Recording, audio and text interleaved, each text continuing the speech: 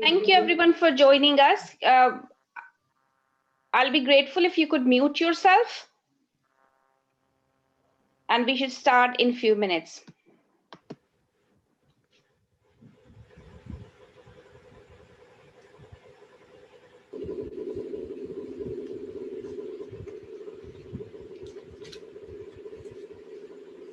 Thank you everyone for joining us.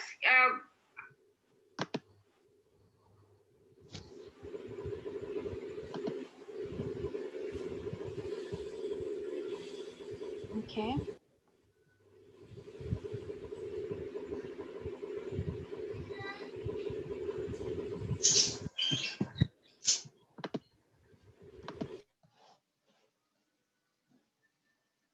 So I've muted everybody so that there is less disruption.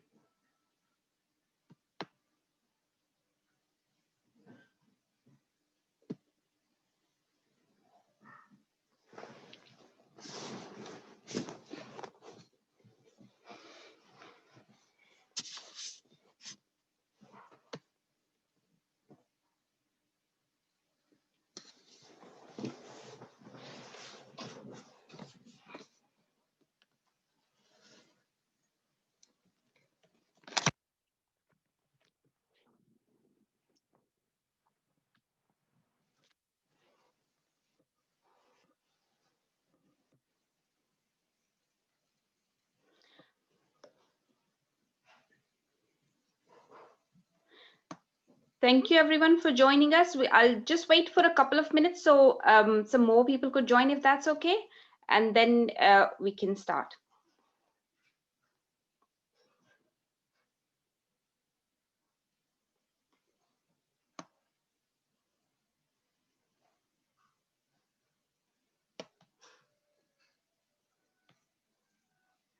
So we've got quite a lot of registrations for this particular webinar. And if any of your friends that you already know have registered, but because after a certain number, people would struggle to join into the room. So if someone email me, I will inform them to go onto the YouTube link. But if any of your friends or anyone is joining and you know them, and if they're not able to join in, they can join us on the YouTube link if that's okay.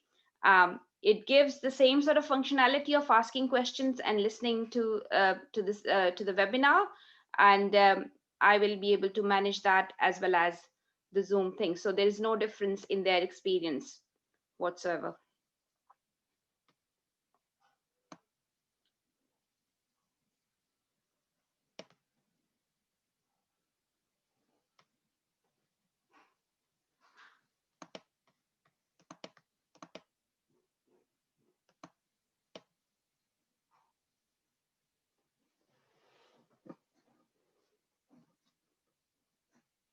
Okay, so maybe we could start and then people can join in as come in.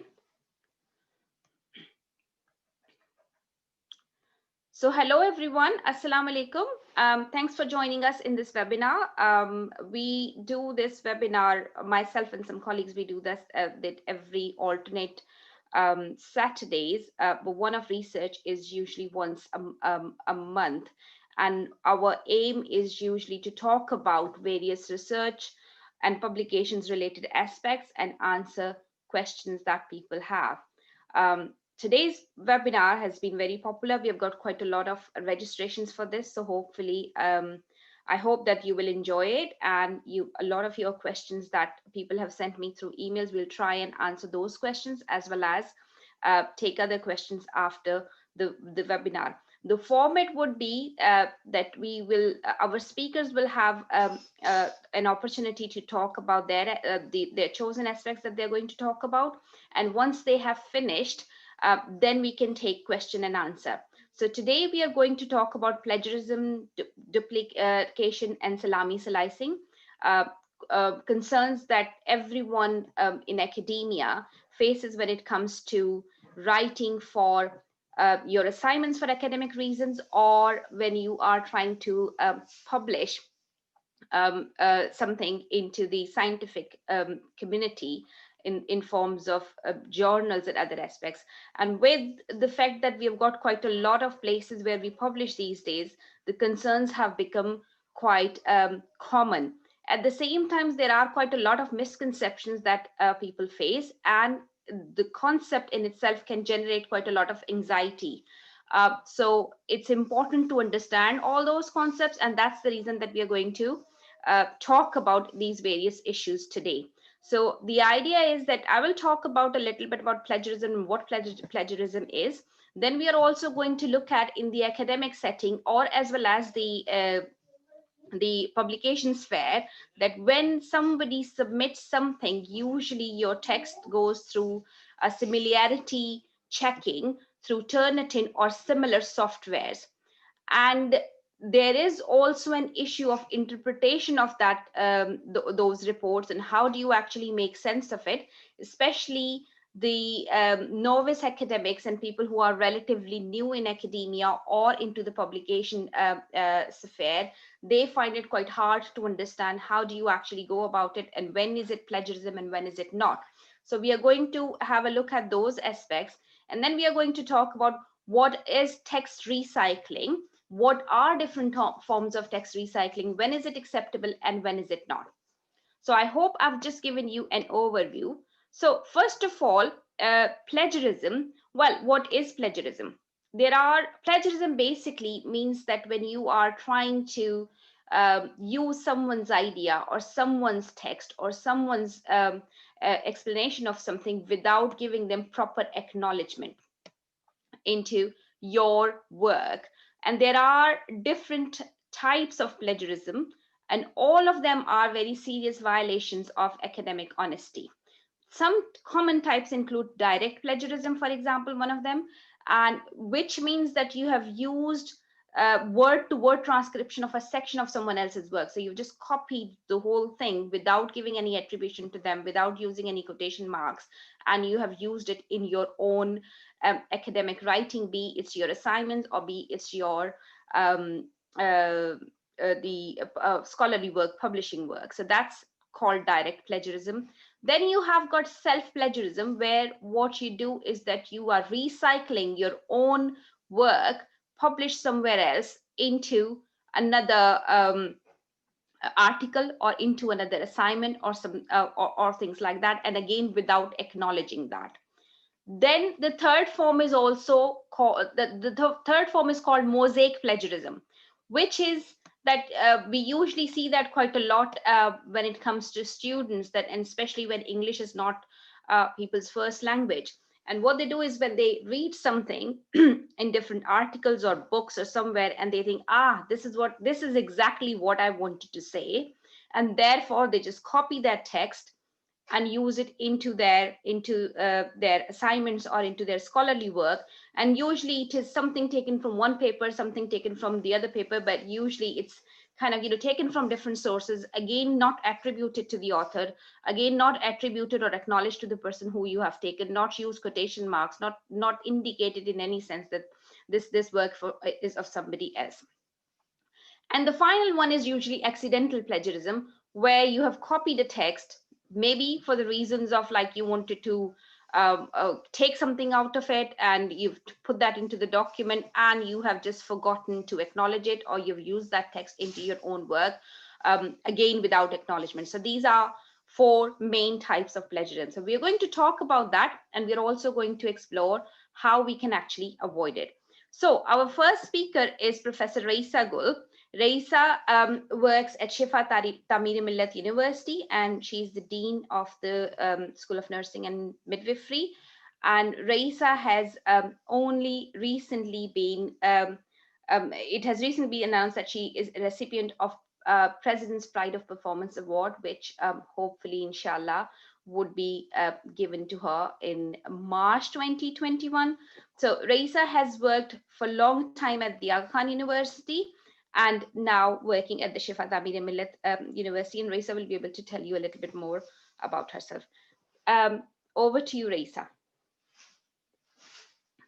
Can you unmute yourself? Thank you very much, Parveen. I welcome all the participants to this webinar, and I thank you for giving me the opportunity to speak at this forum, and also to get connected with Dr. Roger, who is, an icon and a legend in the international arena of nursing.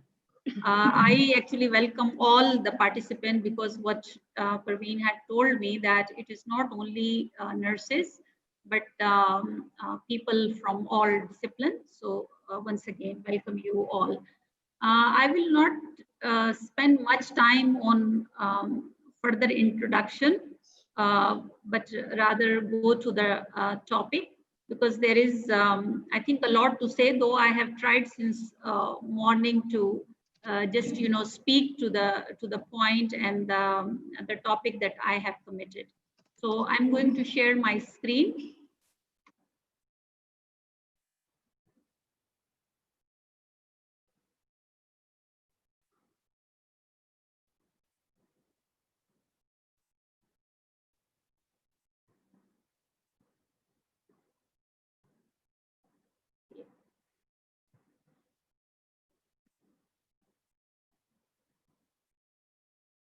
So let me bloom it at full. So as Parveen has said, I will be focusing making sense of similarity index. This is just a picture for all of you who may not be able to connect with me. So I'm showing a picture where this red arrow. This is the Shifa College of Nursing, located in Shifa Hospital, Shifa International Hospital, Islamabad, Pakistan. And before I proceed further, as Parveen did mention, that there are other softwares, but I have been working with Turnitin for the last 12 years. A little more clarification that though Turnitin is known as a plagiarism detection tool, it does not actually identify plagiarism as per se. What it does, that it matches material presented in a specific document and uploaded to the Turnitin website with the material present at the internet. So once you know the paper, which is or manuscript, whatever, to be checked through Turnitin, it provides you a document that indicates the percentage of matching material in the assignment or in the paper or manuscript, whatever, with the link to the location of the internet source. And here, I think it's also important to clarify that, for those who would like to use the Turnitin, how to upload those assignments or the manuscript or paper, and how to get this report done. That is the skill part of using Turnitin, and this is not our focus, but I'm sure if people have the desire, then that can be arranged in a separate webinar. But here we are assuming that some people will know it and other may get help. This is quite a technical part of it. But we are going to talk about how the faculty can interpret that report. So the marked document enables the marker or assessor to compare the original content with what is produced in the paper which is submitted. So the marker or assessor has to go through the document and decide whether plagiarism has actually taken place or not, which again, Parveen was alluding to that. And this is a bit of challenge. It is not so simple, like we can't just looking at the percentage of similarity index. We cannot just say this is a plagiarism and this is not a plagiarism.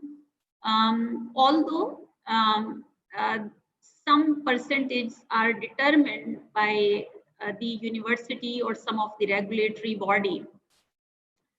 So the focus of my talk is how to determine plagiarism by using the originality report created specifically by Turnitin. Here I'm showing you uh,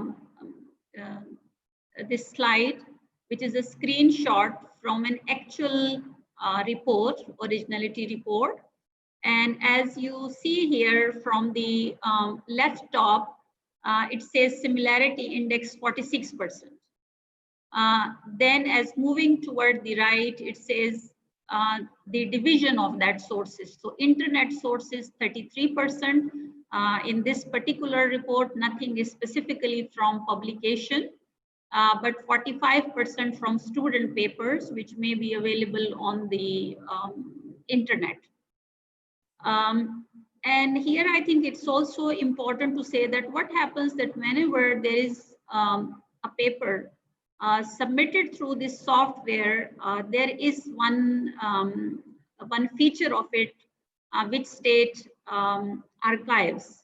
And whenever that archive is clicked, it's mean that particular content is now deposited in that repository and it is in their memory. So, you know, whenever any piece or part of that content is again submitted, you know, this is how the similarity index works. So coming back to, so there is similarity index, its sources, and then if you go down, it says the primary sources, and you see different colors, you know, like for example, in this red color, it says 11%. And this is from a student paper. So it's mean the report is saying that in this paper, which was submitted for checking, in this report, there is 11% of the content is taken from another student paper, which was in the repository of Shifa Tamir Millat University. Likewise, another one is the pink one, a dark pink one. This is an internet source from which this particular student have taken 7% of the content, and so on and so forth. And here I would like to indicate two things. As I said, it is not direct by looking at that I will say that 46% similarity index. So yes, plagiarism is there. No, it is just giving me a clue about the level of content which is similar in this paper and in the repository. So in general, when there is a similarity index of 20%, one needs to be alerted or cautious, because usually then there is substantial amount. However, if these are direct quotes, then again, and I will you know, elaborate on that as we move further. But 20% is something that you get alerted to. And then the second thing which is important, that how much is taken from one paper. So roughly, if there is 1% or 2%, you will see some lines of similarity, maybe a phrase, single words, or, but when there is 5% or above, usually these are paragraphs, you know, or quite, you know, substantial lines from another source. So these are the important thing to pay attention to. So when you have the report, you have the paper itself, which was submitted, and the paper will have all the content colored corresponding with what you see in this originality report. So this is how the paper looks. So for example, there you saw number 1. So this number 1 tells you that how much content is coming from the source number 1. Likewise, how much content is coming from number 2. Here I have quoted that, you know, you see here a reference to buns and groove. This is an appropriate quote because the author is there, the authors are there, the years of publication is there. You see the content which is taken exactly word to word is enclosed in the inverted commas, and at the end page number is also given.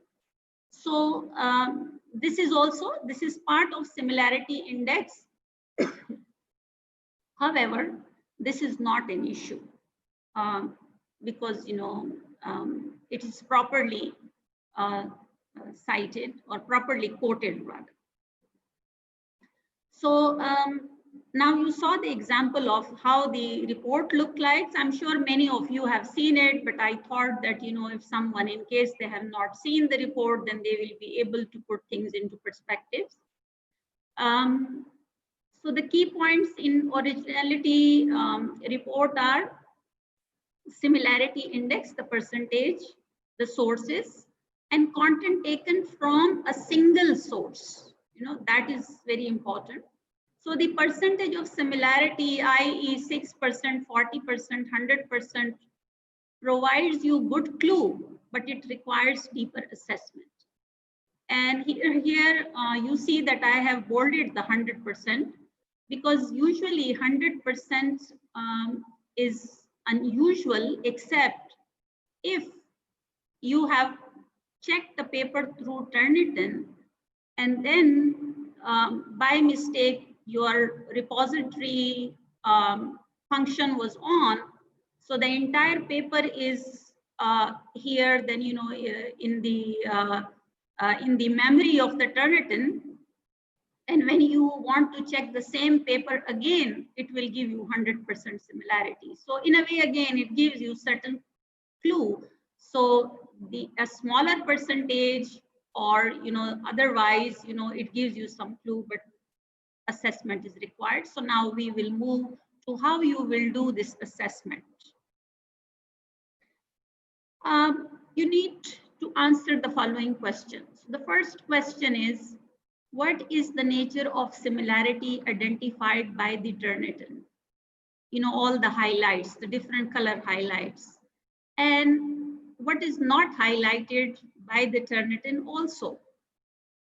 Because, sometimes the people may follow the entire format of a paper, but if they change some of the words, then naturally format is not highlighted by the Turnitin.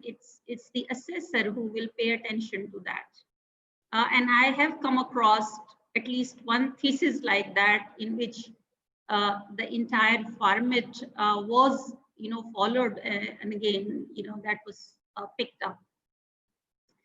So other than that, and as I said, the Turnitin will basically pick everything. So even it could be title. So for example, if you as a faculty or a teacher have given a particular title to all the students, say critique of qualitative research.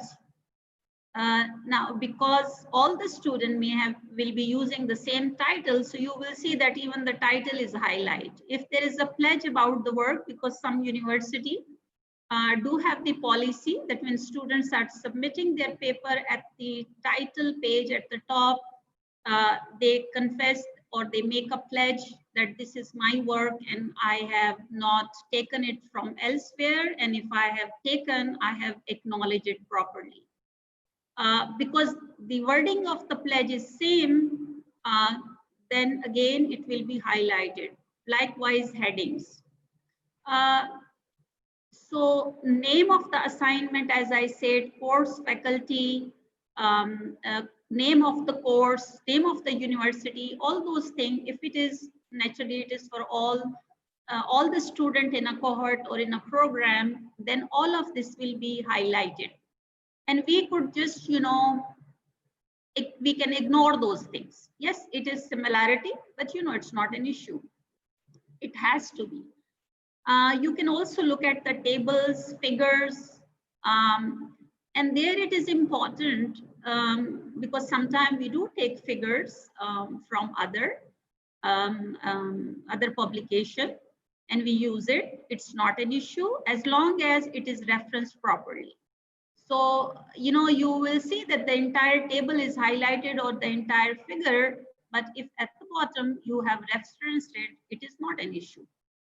Tool, again, the whole tool, if you have a tool that you have adopted and you have referenced, but in the report, because usually tool will be a longer document, it may be 1 page or 2 or 3 pages. So all of that, it will give you a very heavy similarity index.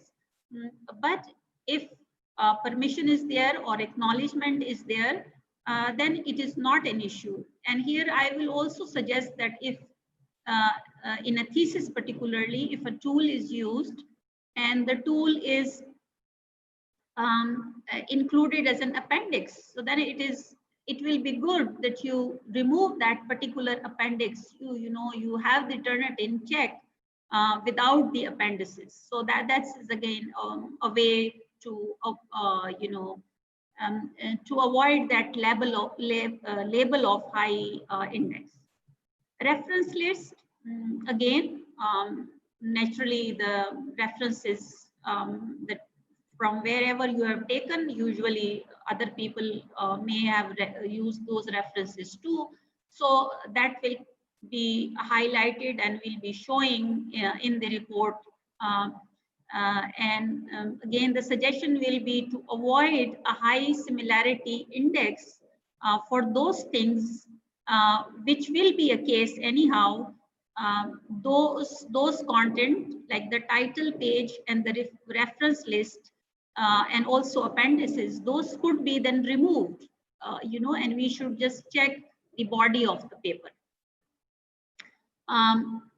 Moving next, the second part is, or the second question is the content similarity legitimate?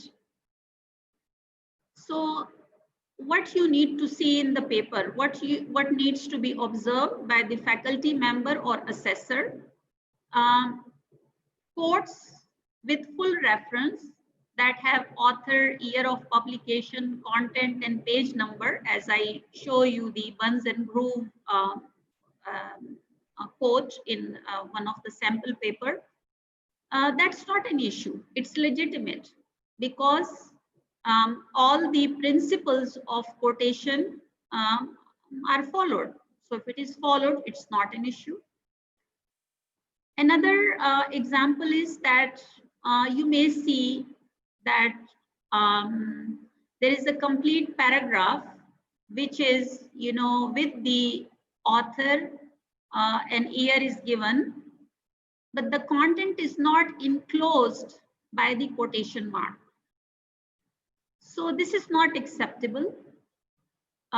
Though usually this is the case where a student will say to you, I just simply forgot to put the quotation marks.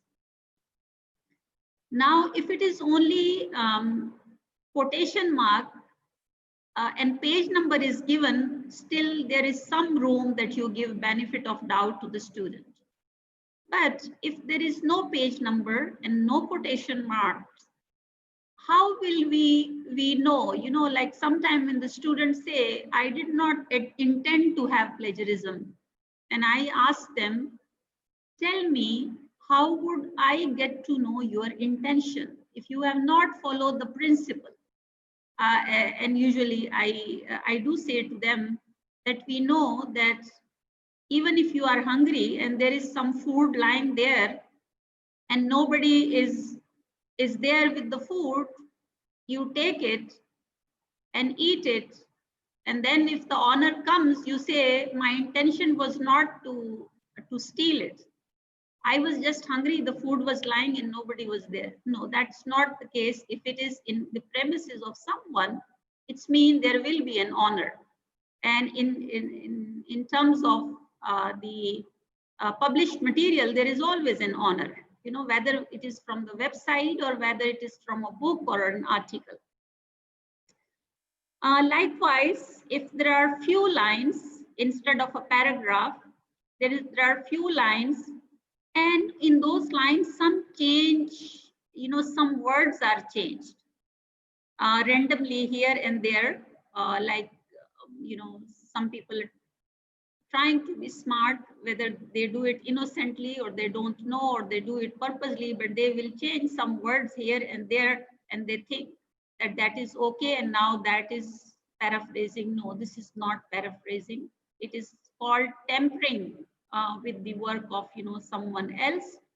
And I will say, if when one do not have the ability to paraphrase, and a quote is taken because this is what you want to support whatever argument you may be making, it's better to have the quote, but follow the principle as it is giving the author, the year, enclose it in the quotation mark, and page number.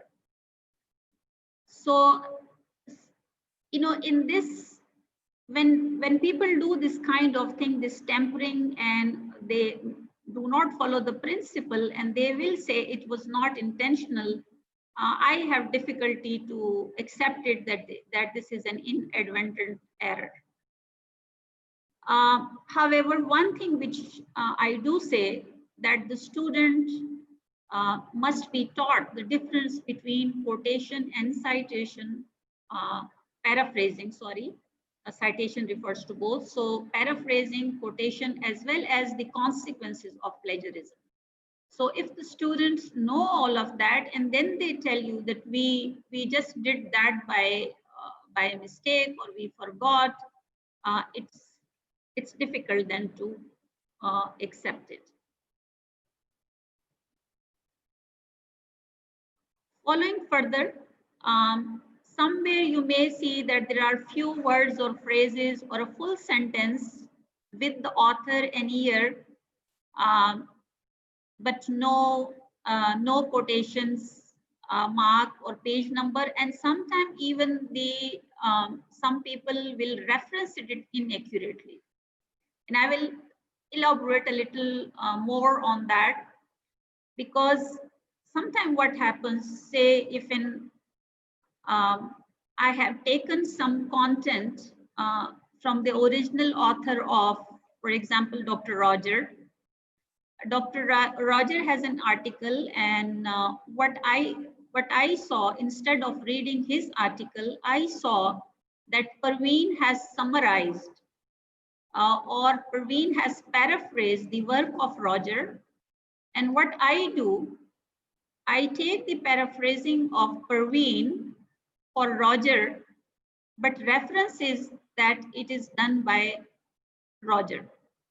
So in a way, what I'm doing, I'm trying to communicate the message that I have done this paraphrasing, where in fact I have not done. It is Parveen's efforts who has done it. So yes, there is references made to Roger, but I have not acknowledged then the work or the effort of Parveen.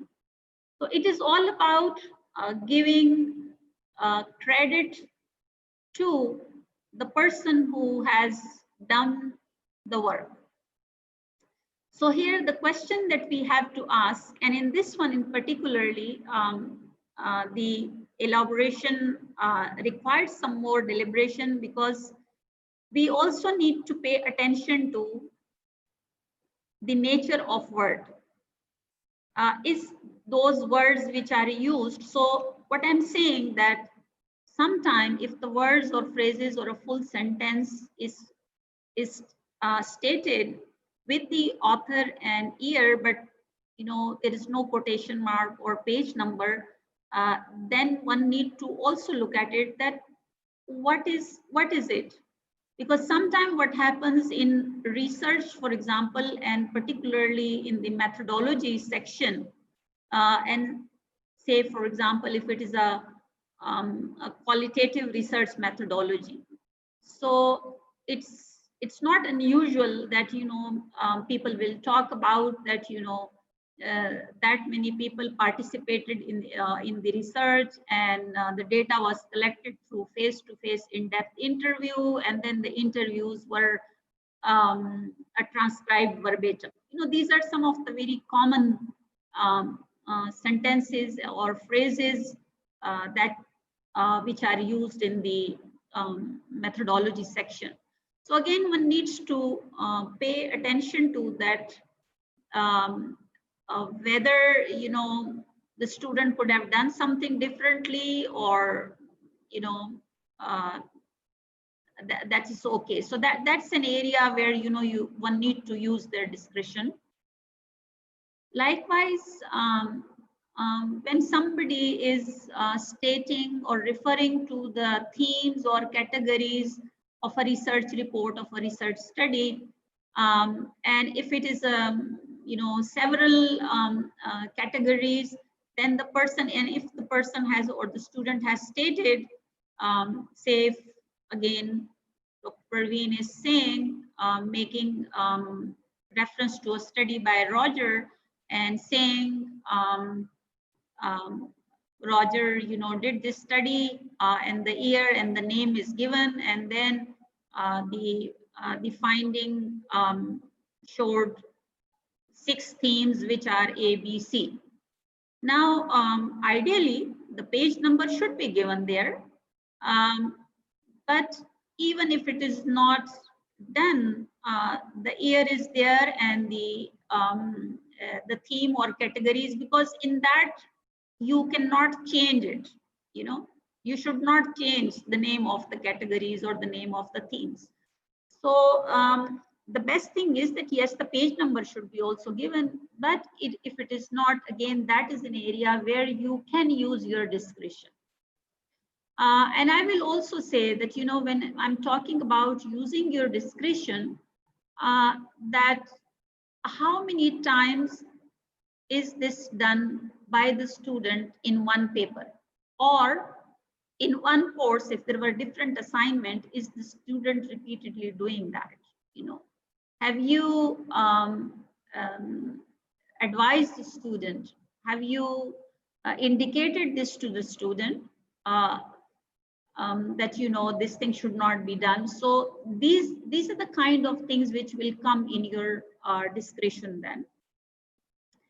Another example which I have no difficulty, and I do take it, though I call it sloppy work, but I can take it, I can accept it when the student is saying this was not intentional. That is when the quotation marks is missing at one point, like it is done at the beginning, and where the quote ended, the page number was given, but the ending marks were not there. So it gave me again very clear clue that from where the student started this quote, because the quotation mark is there, the author is there, the year of publication is there, and where it ended, the page number is also given. So then, this little thing, then I can say, yes, this can happen. It's a human error. But if it is done at several places, then that is, I will say, sloppy work and lack of competence, and it should not be a habit. Again, it should be discouraged. So overall, in one way, when we talk about the avoiding plagiarism, it looks to me very, very simple, just for principle. But if any one of them is not done, then it puts us in doubt, and the more out of those 4 things, if the quotation mark are missing, that is a serious one, because it is then difficult to make a judgment. So in conclusion, Turnitin Similarity Index helps to determine plagiarism, but the extent of plagiarism requires the assessor competence in interpreting the report. So even if the similarity index is high, But inside the report, what you saw that there were things were properly quoted or things which couldn't be avoided, then, you know, or there was some small human error, then, you know, considering all of this, one will determine that what consequences will be applied on this particular report and whether plagiarism has taken place or not. So for the penalty, I will also say one shall consider the student preparation, communication of the expectation, and the institutional policies in case the student has reached the limits of plagiarism, which I said, which is roughly, a rough indicator is 20% similarity index, and from one source, when it is 5% or more, usually there is considerable amount of content, and if it is without following the principles, then it requires whatever the policy of the institution is, you will implement that. Thank you. Thank you, Professor Gul. That was really useful, and I hope people have found it useful. 'Cause, some other examples which I have also seen is that when students, for example, put their own paper. So if they're PhD students and during the course of PhD, or master students and during the course of that time, they have written an article based on the study which they have done. So they usually attach that as appendix. And that can increase your because it's going to show you that you've self-plagiarized yourself. So as you've already said that, you know, make sure that you take those appendices out and do the Turnitin report. Tell your department or the supervisors that this is how you have done it, and indicate that. And usually if you haven't deliberately tried to put the content from different places into your document, your similarity index should not really be anything more than 20, 25, 22%. And references and the quoted text can be excluded. And also, how much quotations can you, how big a text can you actually quote? Usually it's about 40 words within the, or sometimes up to 60 words. But another problem some students do have is that they keep on using quotations, and that in itself is not right, because then that means that shows to the reader that you don't have the ability to write it in your own words. So that is also something to be aware of. But there are some instances where we get a little bit too overwhelmed with the information. So if I see students writing information sheets, for example, and information sheets usually in any country or in any setting are usually standard, because they're asking you to answer standard questions that people may have about your research, and which allow them to make a decision if they should participate or not. And there people try and find different words to ensure that it's not plagiarized. That is one of the places that, you know, if the answer is, like, for example, if the question is, do I have to participate? The answer will always be no, you don't. It's up to you to part. So, you know, there is limited amount of invention that you could do here and change the words. And sometimes changing those words can cause it more confusion. So it's using common sense as well, that as long as you don't have the intention to copy and paste somebody's work and claim it as yours, it's fine. And there are places where you probably have to use same words, as you've said in your talk as well. And there are places when you don't have to. And people who, and I think understanding that for those who are looking at similarities and those who are submitting their work is really very, very important. So thank you so much for that. And I suggest we take questions once we have Professor Watson's talk over, if that's okay. I'm just conscious of the time. Would that be okay? It's okay with me. Yeah, okay. So if we just swiftly move on to the next talk, to Professor Watson, who is going to talk about in the context of publication, and we are going to look at text recycling. That's a kind of nice term, isn't it? We are very fond of recycling these days. We want to recycle everything. Can we actually recycle our text that we develop? So over to you, Professor Watson. Hello, thank you very much, Parveen. Assalamu alaikum to everyone from the UK. It's very cold and wet here. I don't know what it's like in Pakistan. So thanks, Very wet Parveen. there as well. Is it all right? Thanks for organising this. I'm always impressed by your technical ability to do these things and transmit it on YouTube at the same time. And thanks, Raisa, for an excellent talk. I mean, I agree with everything you've said there, and I'll come to the software we use in the publishing industry for doing the same thing. So I'm just going to try to share my screen. In fact, I will first of all, I will turn off my camera because I think that you don't need to see me. Share my screen and pop this up.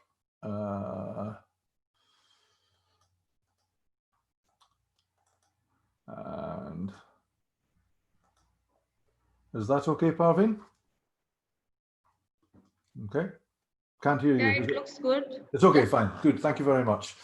Good. Well, thank you very much again. And Parveen did mention the term text recycling, and this is the current term that's used in the publishing industry to cover everything from plagiarism through to duplication and salami slicing, which I will come to. It's a euphemism, really, sort of all-encompassing term. But I think we sometimes think that any level of duplication or slicing up studies is wrong. It isn't always wrong, and I think we need to know when it's wrong and when it's right. And what I want to do for a start is to present this talk. Oh, nothing's happening on my... that's it, that's better. Let me just let me check that again. Okay, what I want to do is couch the what I want to say within the field of publication ethics, because that's what we look at it from. That's the perspective we take this from in the publishing industry, and as editors, we look to see if there's been a breach of ethics, rather like in education, but the standards are a little bit different. So we need ethical standards because we want to ensure that what we publish is high quality and that people can trust the findings in it, and that also that people are credited for the work that they do and that other people don't take those ideas away. And I particularly like the quote at the bottom of the PowerPoint here: ethical behavior is doing the right thing when no one else is watching. I think we can't police ethics. We can only tell people what we think is the best practice, how to avoid making ethical errors, particularly in relation to plagiarism and duplication, and try to make sure that people understand these standards. And that's very much part of what we are trying to do today. Right. But ethical issues arise for a variety of reasons. Journals are there to produce science and to enhance the scientific database, but they're also there to enhance individuals' promotion and their income. They're also there to increase pharmaceutical company profits in the case of drug trials, and of course they're also there to increase publishers' profits. And wherever profit, seniority, and advantage come in, people will always take the opportunity, if they aren't aware of it, to do the wrong thing. So we need to be very clear that people do have a tendency, unless they know otherwise, to do the wrong thing. And there's plenty of evidence from my work as an editor-in-chief that people frequently do the wrong thing.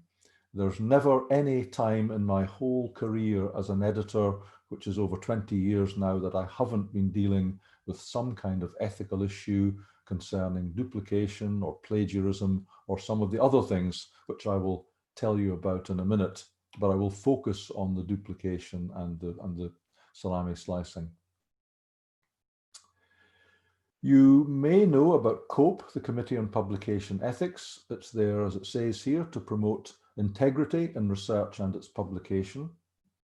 This is a an organization that started in the United Kingdom. It was started by the editors of The Lancet and the British Medical Journal, but it's now international, and every branch of academic publishing, not just medicine, recognizes COPE as the organization which sets the standards for publication ethics, including duplication, plagiarism, and salami slicing. And it's very well worth having a look, if you haven't been on the website before, to have a look at the COPE website. And there you'll find lots of resources, lots of definitions, and lots of advice on how to avoid doing the wrong thing ethically. And you'll also find lots of advice for editors, publishers, and for journal reviewers. So it's a very useful resource for anyone in academic publishing. So the specific issues and specific ethical issues in publication are wide and varied. They include plagiarism, which we're going to talk about briefly. They include duplication, which I'm going to talk about in a little bit more detail. But they also include things like falsification, fabrication, authorship issues, and conflicts of interest. But I'm not going to talk about the four latter points today. Today we're going to focus on plagiarism and duplication. Maybe Parveen will organize another seminar when we look at some of those other issues as well, particularly authorship and conflict of interest issues, because they're becoming increasingly important. And just to compare with Reese's lecture, in the publishing industry, certainly the major publishers like Wiley and Elsevier, Sage, Springer, they use Authenticate to detect similarity. Raisa was quite correct. These platforms don't detect plagiarism as such. That's a judgment. They detect similarity, but we use them to try and prevent plagiarism. And Authenticate works in exactly the same way as Turnitin, which you've had a detailed explanation about. It's run by the same company, but it's available under a different sort of licensing arrangement to the publishing industry.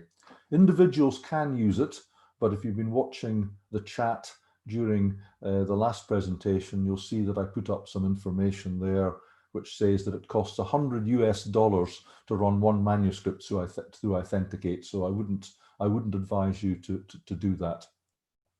You can use your local platforms in the universities like Turnitin if they're available to you.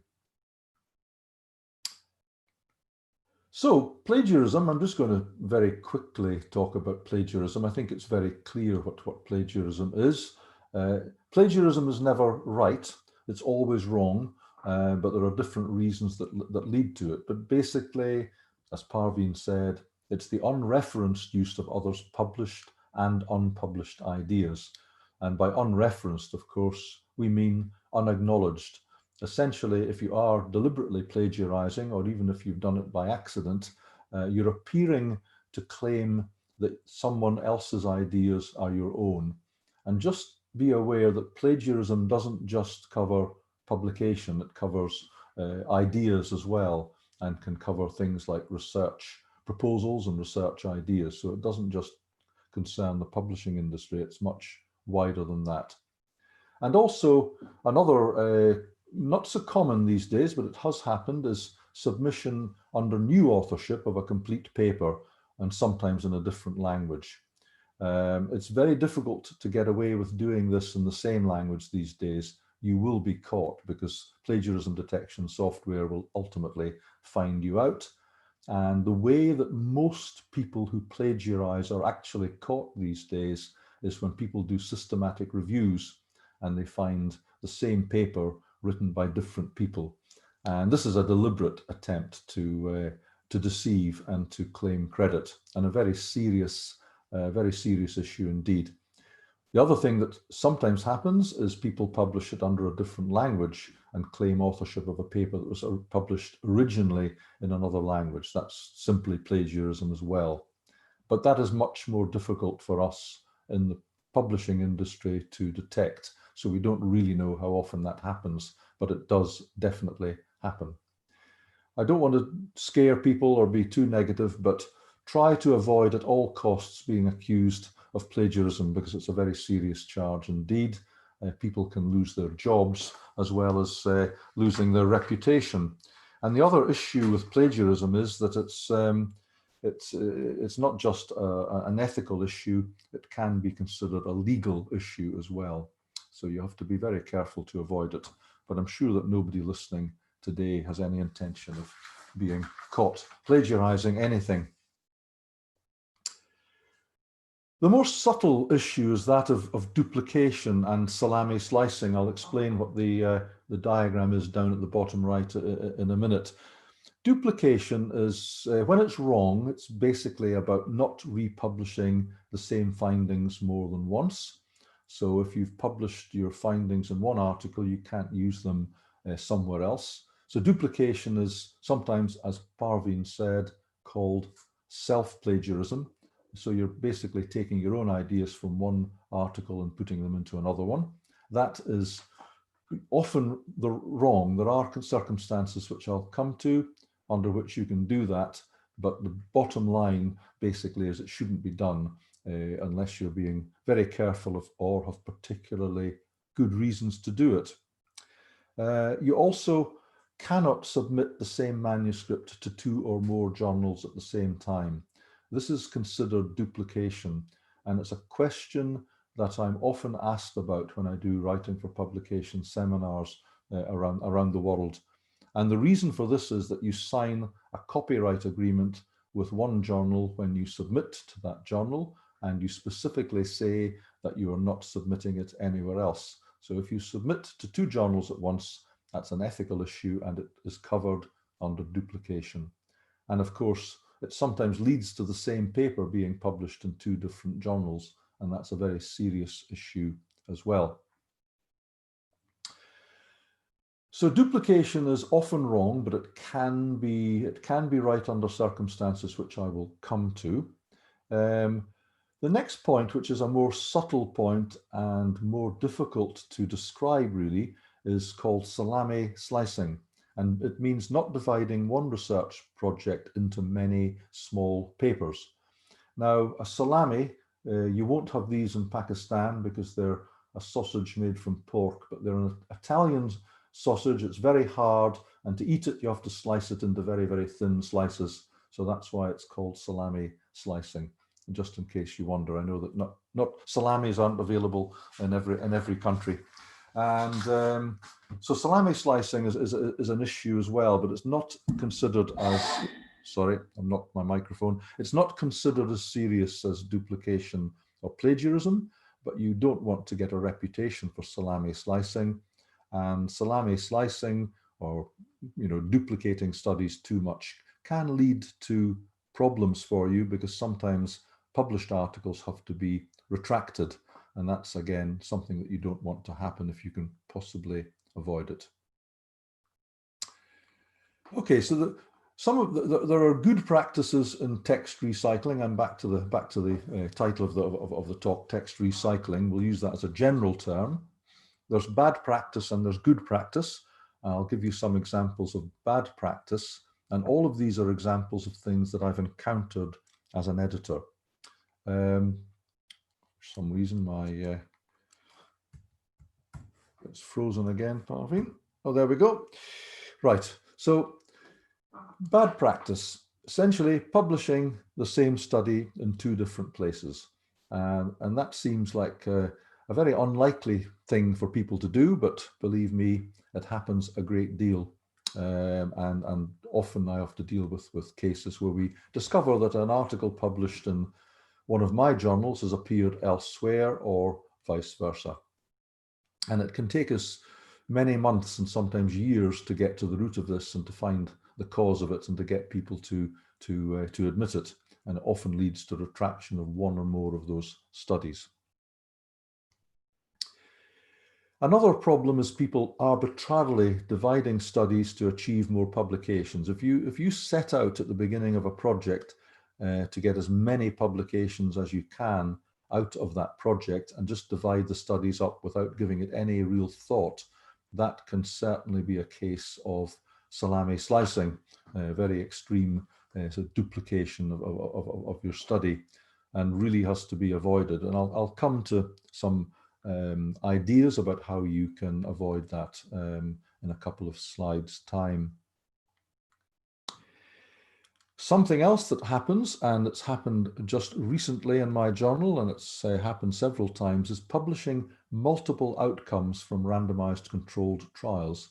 So it's quite common in a randomized controlled trial to have a primary outcome, for example, reducing pain from an intervention that's designed as an analgesic intervention, but you also might measure things like quality of life, satisfaction with care, and other aspects of the person's outcome from that trial, for example, depression or anxiety.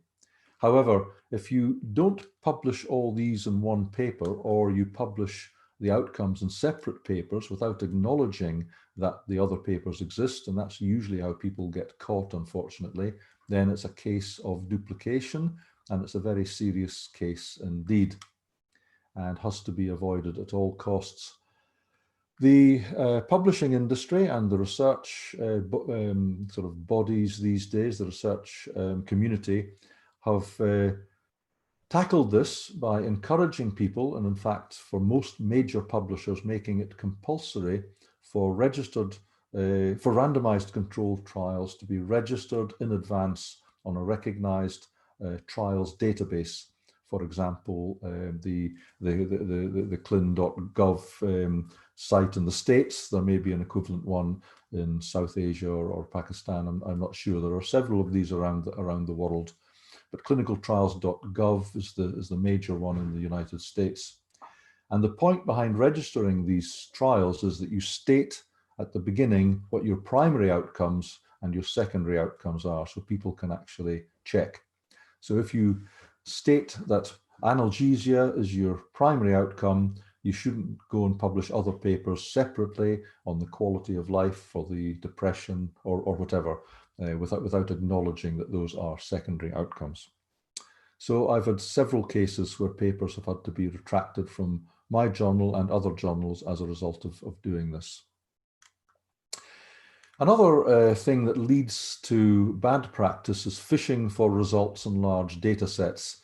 So you may collect a data set from a couple of thousand people aimed at looking at the relationship between ethnicity and attitudes towards type 1 diabetes or something like that. I'm just making that up. But then you realize that there's lots of other data in there that you could fish about for and look for significant results and then publish them.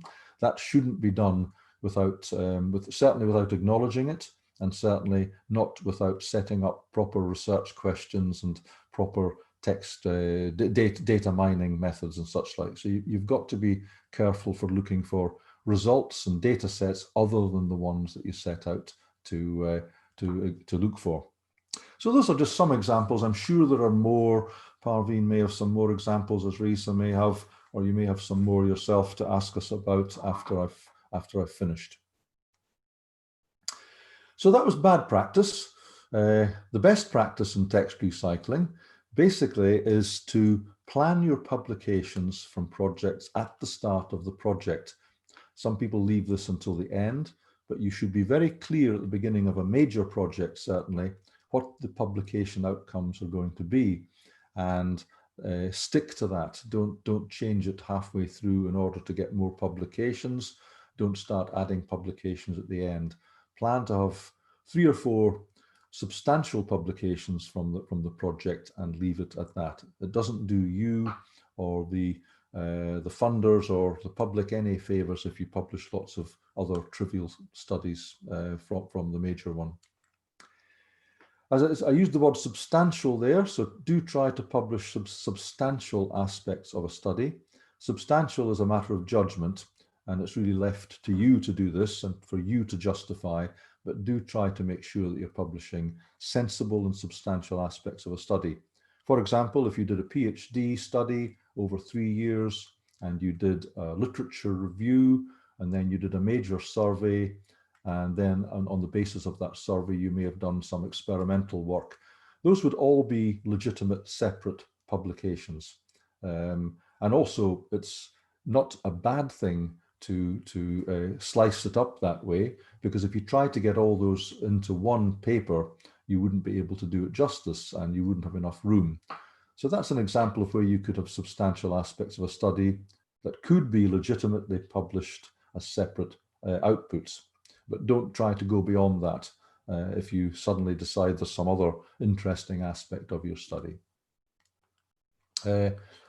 Always refer to other articles from the same study. So if you've published several articles from one study, even legitimately, you should always make sure that you refer to those other articles, either as being submitted or in press or in prospect or indeed published. It's often when people don't do this that people become suspicious. So try to be transparent and open about all the aspects of the outcomes from your study.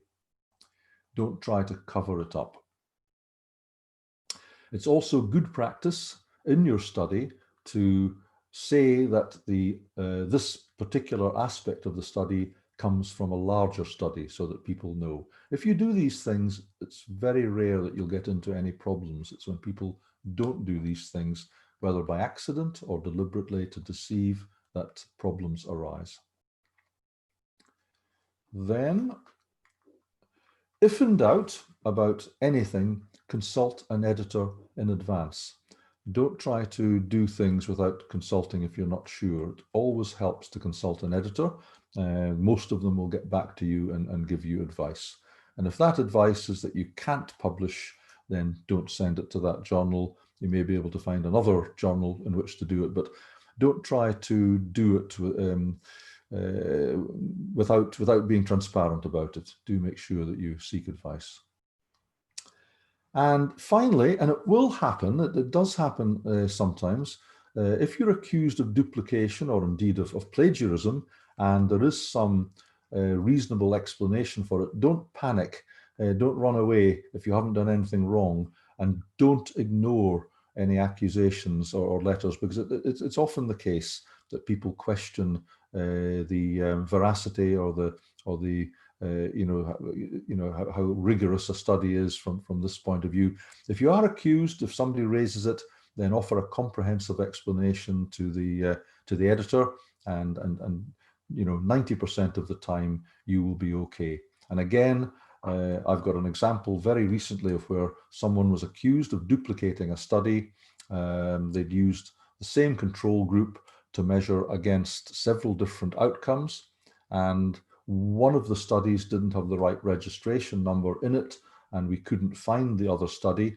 But once we found the study, once we tackled the author, got the correct registration number, and looked at the study, we saw that it had been clearly explained in the protocol what the study was about and how the outcomes were to be compared.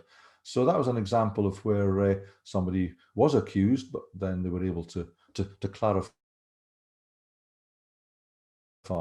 And we are obliged as editors, if anything is raised with us, we do have to follow it through and ask people about it. And it can be difficult, but as I say, most of the time, there's a reasonable explanation. If you've got one, offer it and you'll be okay. The worst thing to do is not to respond to a letter. That raises suspicions immediately. Finally, there are some examples of acceptable text recycling, things that you shouldn't worry about too much. These are not in any particular order, but if you are going to do any of these things, again, you must consult, you must get permission. But one of these examples is the methods section of a paper. Sometimes the methods section of a paper can be the same or very similar across papers. You mustn't just copy and paste the methods section from one into another, but you will be using lots of similar words, and often it will be written in much the same way. And the Committee on Publication Ethics actually encourage leniency here. They discourage editors from being too hard on authors for this. So it's quite specific, quite specifically permitted that you can do that. The other thing that you can do legitimately is to translate one paper into another language and publish it in a different journal. That's considered okay, but you must get permission at both ends. The journal from which you're taking the paper must give their permission, and the journal to which you're submitting your article must know that it's a translation of a study. And most major publishers are happy with this, but you do need to check. Don't ever try to do it without seeking permission.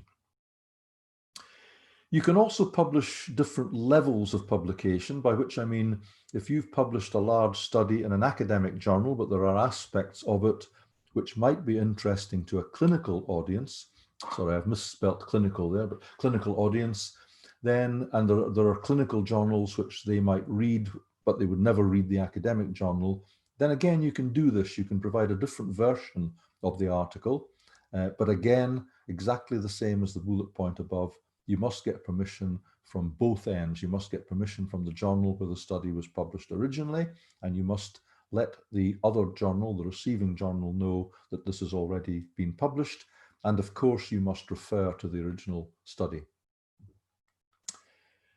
And PhD thesis and master's dissertations are considered okay if you, very often a chapter of a PhD thesis or the whole of a dissertation will be very similar to what you're going to publish in an academic paper. If this is discovered, then that's okay. But again, it's just as well in the covering letter or somewhere in the article, in the manuscript, to say that this is what you've done, and that covers you. I had an example yesterday of a PhD thesis being used for a paper where my editorial assistant detected that it was 90%, I think, similar to another source, and rejected the paper. And the author got, a colleague of the author, a senior colleague of the author, got in touch with me to say, I thought that it was okay if you could copy from PhD thesis. And what they hadn't done, for some reason, they decided not to refer to the PhD thesis in the paper. So my editorial assistant didn't realize and just rejected the paper. But once they clarified that, and I said, you must cite the paper was able to go forward for review. And that was just yesterday morning that happened. So it's these things are very, very common. And the final point before I finish is also that major reports from large projects are okay. So if you've done a 3-year project for a major funding body, in the UK, that would be the National Institute for Health Research or something like that. I don't know what the equivalent bodies might be in your country. Then it's okay to use sections of that within your publications. But again, and I've said this several times, you must cite the report, and you must make it clear that that's what you've done.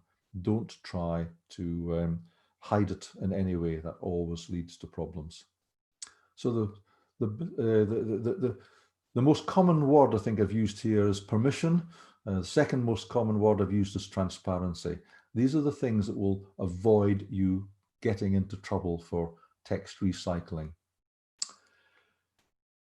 Finally, before I finish, there's a really good publication called Nurse, Author and Editor, which I write for frequently, which is a free resource. You can access this for free. You don't have to subscribe or pay for it. You can find it on Google or any search. And it publishes articles about the kind of things that we've been talking about today. And it's a very, very useful resource. And it's soon going, it's supported by Wiley, my publishers, and it's soon going to move onto a proper Wiley platform as well. So it's a very useful resource. And finally, if people want to be in contact with me, that's my email address. You're welcome to do that. Or you can follow me on Twitter if you want, or check my own publications to make sure that I haven't plagiarized, duplicated or salami sliced on ORCID. Once again, thank you very much for listening. Thanks to Parveen for organizing this. I'm going to finish there and then go back on the Zoom chat. Thanks very much. Thank you very much, Professor Watson. And I must apologize because, I think I've done that to you before as well, that I've failed to introduce you and tell people who you are. And I've also failed to introduce myself, thinking that everybody knows me. Well, that is kind of quite a overconfidence here, isn't it? So Professor Watson is a professor of nursing at the University of Hull. and he's also editor-in-chief of Journal of Advanced Nursing. And this is what makes me think that he doesn't really need an introduction. His name is enough to introduce. And he's also editor at Nursing Open, which is a sister journal of Journal of Advanced Nursing and Journal of Clinical Nursing. And so that's his introduction. And he's my mentor, and I've been eating his brain for past 10 years or so. Yeah. More than that. He can't get rid of me. No, I tried. And as far as I'm concerned, my name is Parveen, and I work at the University of Sheffield in Health Sciences School at the as senior lecturer and deputy director of research. Thank you so much for being with us so far. What I'm going to do now is that I'm going to switch to YouTube and try and take questions from people who have joined us on the YouTube channel first, so that we don't forget, and then we can come back to the Zoom link. In the meantime, if there are, there must be some questions which we have already answered during the talk. So it will be great if your question is not answered, if you could just retype in this Zoom chat, or I will go through from the start anyway to see to pick up questions. If I don't answer, if I don't pick up your question, or you think you still need to ask, please do nudge me if that's okay. So coming to the YouTube thing, just bear with me, please.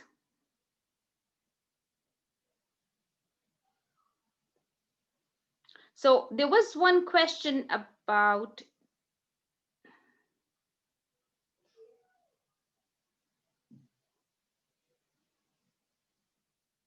first question, is it ethical to send pre-submission inquiries to more than one journal? So I suggest, Roger, if you could answer that. Oh yeah, that's absolutely fine. That's not a problem at all, provided you don't follow up by sending it to more than one journal. That's fine.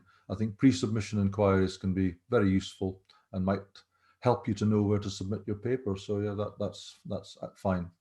Not every editor will get back to you on a pre-submission inquiry. Some journals say that they don't do that, but most good journals, and most good editors like me, I'll get back and give you some advice.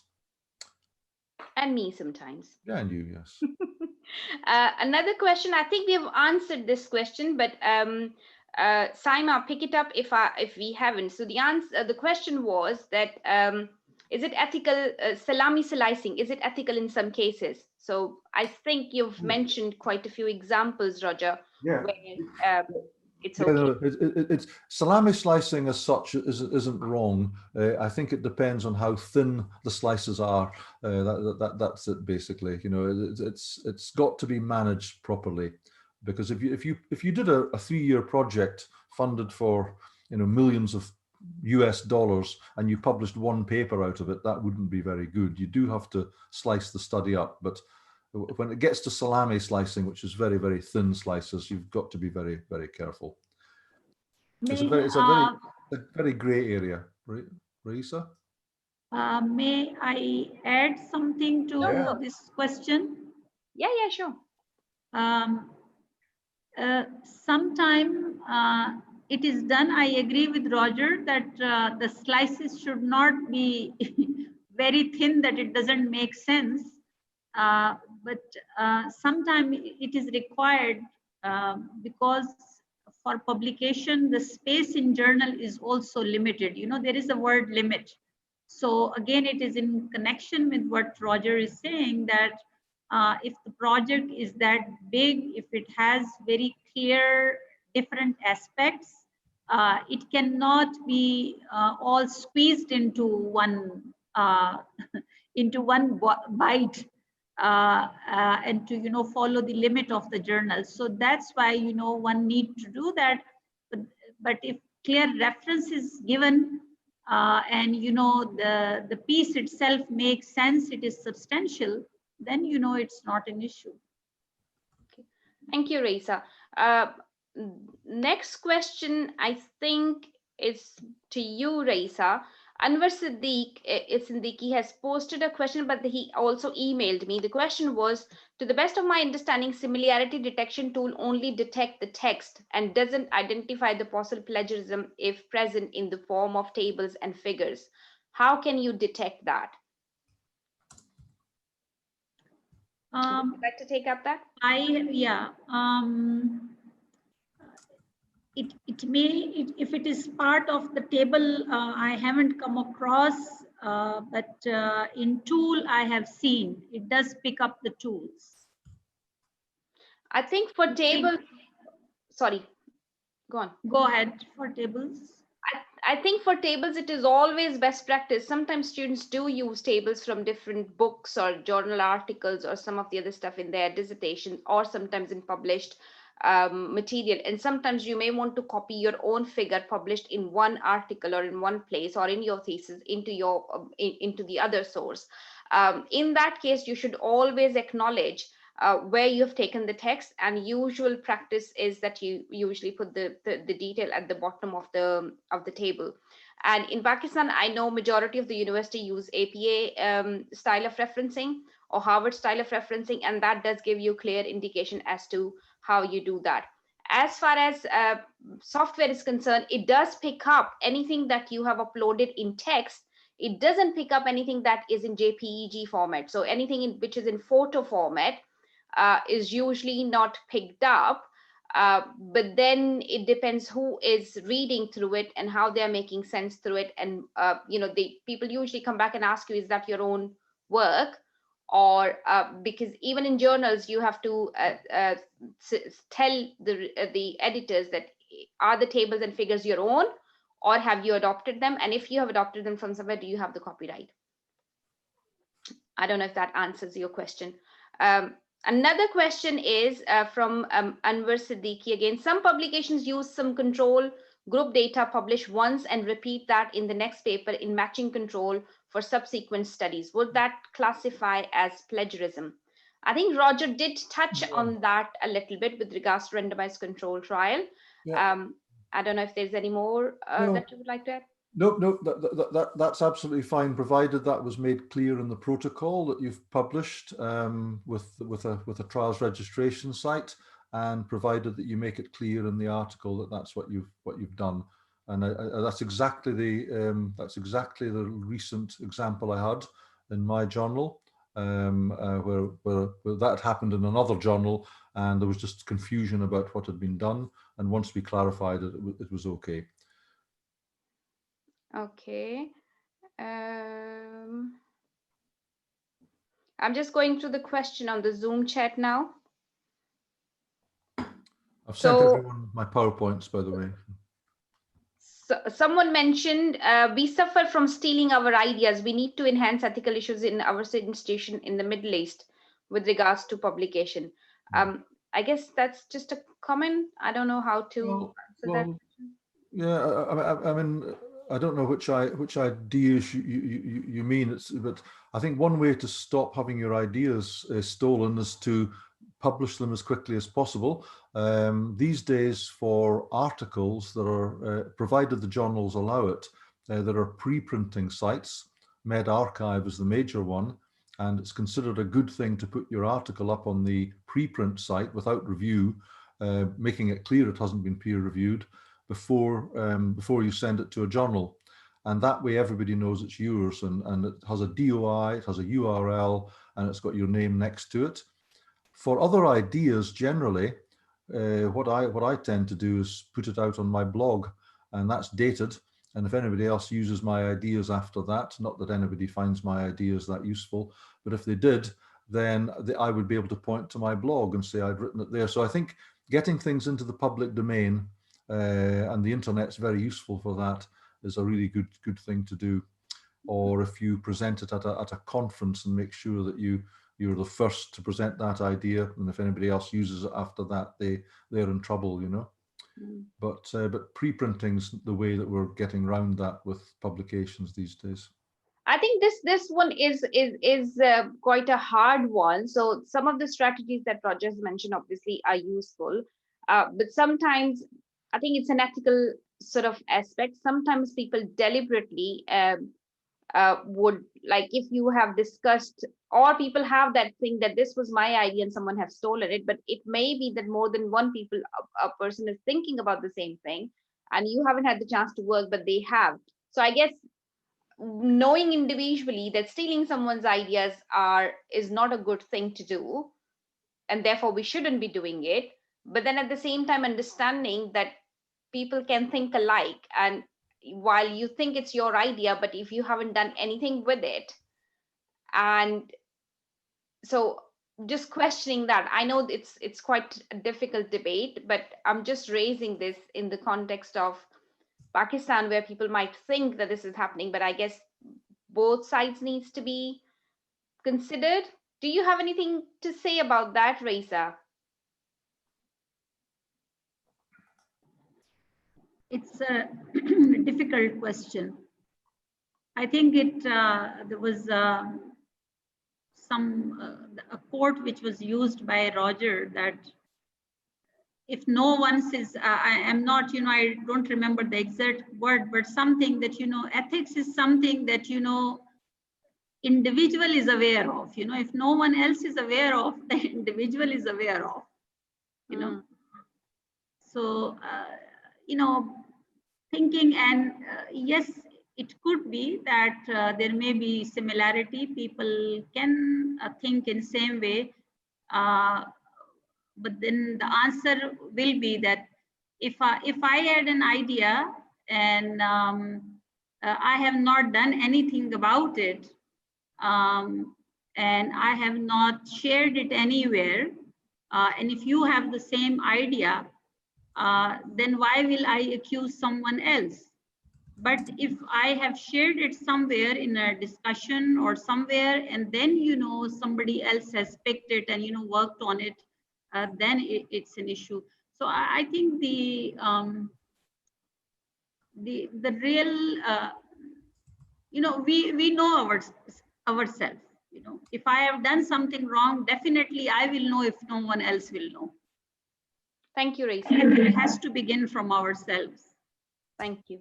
Another question, sometimes research study is large and I thought it is okay to divide and publish. For example, finding from one research question in one paper and other question in another study. Will this be considered salami slicing? Well, I think we have answered that question earlier on, that it depends how much you, how much, like, how thin the slice is. Yeah, how thin is the slices, and is sometimes questions are interrelated. And therefore, when you're trying to answer one question, you cannot do that without looking at the other question. So if you're then trying and recycling the text, I think that probably is not appropriate. But if it is of a complete different concept, and you think there is rich discussion and rich information which is presented, which may be relevant to the first question as well, but not completely, I think you have to weigh and judge how much you're presenting, but definitely not the same thing into more than one paper. Am I right in that, Roger? Or yeah, that's fine. Again, the watchword here is transparency. Just make sure that you let the editors know that's what's happening, that you cite the other papers in your other study, and you don't try to hide anything. That's the main thing. Everyone. It always leads to problems if people don't declare what they've done. If they declare it and they can point to where they've done it, they're okay. So another question. May I add something? It's not only the question. What I have experienced it when it comes to from a large study, if it has phases, for example, the descriptive phase and then the interventional phase, the methodology part. Again, I remember writing it that few some of the details are given, but it is also, if it is acknowledged that detail methodology is given in another paper.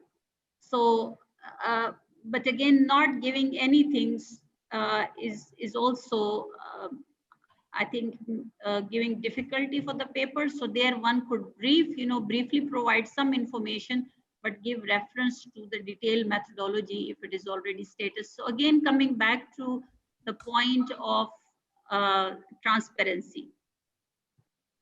Okay, thank you. I think there are some questions which probably we've already answered. They're talking about if we can publish more than one paper from the same project.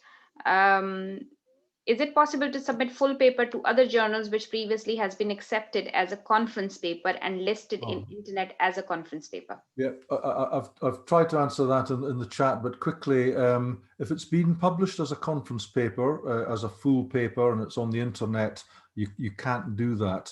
But if you've given it at a conference, if you've presented it, and there's only an abstract in a conference book of abstracts, that's okay.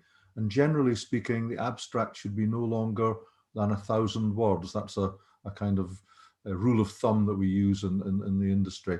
And I also think when conferences ask you to publish their paper, I think you should refuse to do it if you want to publish it in a journal. And I always refuse to do it, and I've never been refused attendance at the conference because they want your money to go to the conference. So so you can hold them that way. So I very rarely, if ever, publish actual conference proceedings.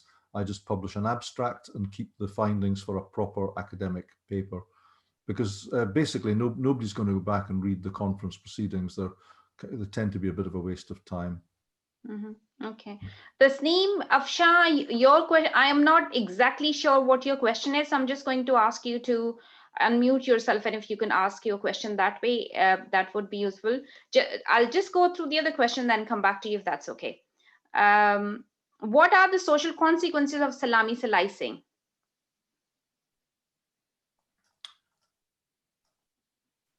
What can happen? So. Oh, sorry, are you asking me, Parveen? Well, yeah, any of you. All right. Well, salami slicing can lead to papers being withdrawn, basically. That's the, I mean, a good example of salami slicing is publishing different outcomes from a randomized controlled trial. That involves duplicating the methods and salami slicing the results, and it can lead to the papers being retracted. And sometimes retractions are taken very seriously by employers. And I know of at least one person who's been dismissed from their job for having a paper retracted. So the consequences can be very serious. So yeah, so it isn't always, it can be very serious to salami slice. But the way to avoid it, I'll say it again, is to be transparent. If you're going to salami slice, if you're going to publish secondary outcomes from a study, there's nothing wrong with that, provided you said you were going to do it, and provided you let the journals know that you've done it, and you refer to the other aspects of the study. It's always when people don't own up to what they've done that they get into trouble. I think one more thing which I would like to add here is that, again, the similar sort of stuff happens with when you're writing it for assignments or for master's or PhD dissertation, is that be careful as to how much you copy yourself, or how you do it.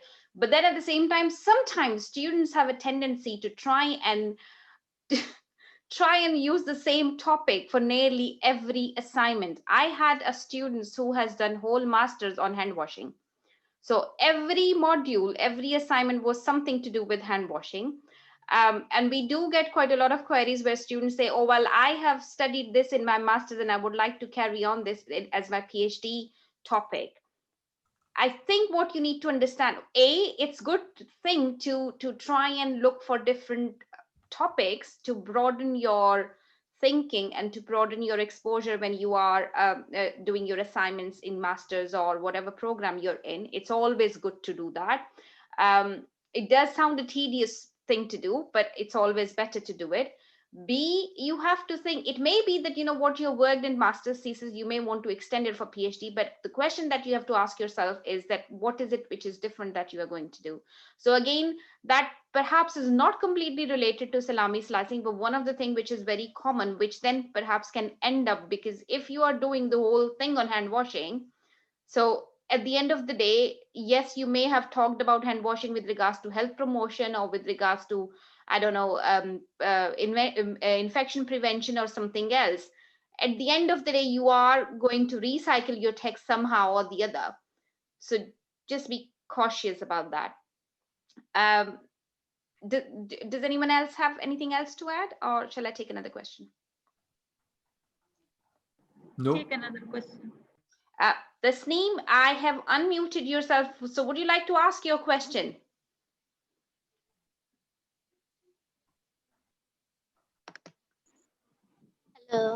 Yes, Parveen, I want to know about this. Actually, I did my research on nurse midwife, so I have a lot of collection about this data gathering for 500 to 600 participants, but it was a huge questionnaire.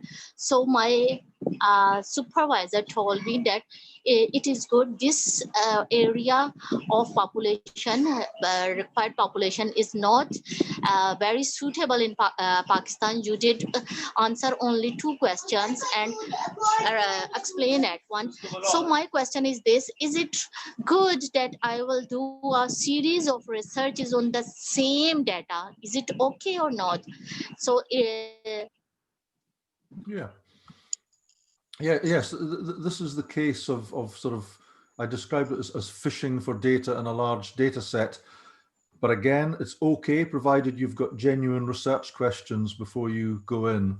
I think you've got to be clear that the question comes before you look at the data, that you don't just look at the data and then decide which outcomes are significant and then publish those. So it depends how you do it. But I think it's good to use large data sets, and you can also, if you've done it across, for instance, a whole country, and there are different areas or different ethnic groups, it's quite legitimate to look at those groups separately. It's very useful because the overall results might mask those individual aspects. But again, I'll say it again, make sure that you're transparent, that you tell journal editors that this is from a larger study and that you've already published some of the data elsewhere, and that you refer to those papers. And if you do that, you'll be fine. Thank you. Dr. Syed Nasir Hussain, I am not entirely sure if I understand your question properly. So I'm just going to ask you to unmute yourself, and if you could ask your questions yourself, if that's okay. So I've just requested you to unmute. Parveen, I want just to ask one question. HEC has imposed a limit of 19% similarity index. Is there any logic? Okay. The logic which I understand, that myself and Dr. Raisa have earlier talked about 20%, 20, 25%. You would see different universities, different places. Roger would be able to see how much do we look for in terms of authenticate when we are looking at the publication wise. But to my understanding, in that time, that that's the usual different things, that if you've got references copied, or if you've got some text copied, and if you don't have the major chunk of the text copied at different places, so it's usually we be about 19 to 20%, and it wouldn't go more than that, because as Raisa said earlier, that these softwares check the similar words used in a similar sort of pattern over time, and it's the discretion of the person who is reading through it to make a judgment if it's a plagiarism or not. Also, the software not only gives you the overall index, but it also gives you how much information you've copied from one particular source. Raisa has already mentioned that. And also how much, if you copy a block of text, then how much you have actually, in terms of percentage, how much that relates to it. So I think it is with regards to that, but I think Raisa would probably have more awareness why HEC has set that limit than myself. I don't know why they have said it, but I can respond to the rationale of it and probably why it is so. I think in my talk also I refer to that if you have referenced it appropriately, like even if it is a high similarity index and you have referenced it appropriately, the only thing will be that it will not be viewed as plagiarism. But on the other hand, as a scholar, you cannot be just giving quote after quote. like it has to be your contribution also. So if you have about 20%, others work, and you are referring to that, but 80% is your contribution or 81% is your contribution. So you are contributing to that. You are also adding to the scholarship. But if you have followed, for example, if I am a student and and it happens sometime, they give me quote after quote after quote, right? And nothing, their own analysis or their own synthesis and their own contribution. So it will not be called plagiarism, but there is a very high similarity index, and that is also not acceptable. So I will say there's a difference between that, when I'm saying that even if there is a high similarity index, it doesn't mean that all of that is plagiarized. It's because if you have followed the proper referencing, but again, it is not acceptable. And that's why, and I also stated that taking from one source, even sometime, with 3%, it could be some paras. But 5% usually it's big chunks that people have used it, and that is also not acceptable. Yeah, thank you. Do you have anything to add, Roger? Yes, I did. The publishing industry has discussed this often and at length, and basically amongst editors, we've decided that we don't have a cutoff figure for similarity because simply 10% can be very serious if it's one chunk taken from another paper without acknowledgement, which is the same as Raisa is saying in education. But likewise, in publishing, which is probably not the situation in education, 90% can be okay if it happens to come from a legitimate source like a PhD or from a report. So we use the Authenticator, Turnitin type reports to help us to interpret what's happened rather than to be punitive, and to help the author. Then we can say to the author, this is too similar without any good reason. Could you alter it and could you change it?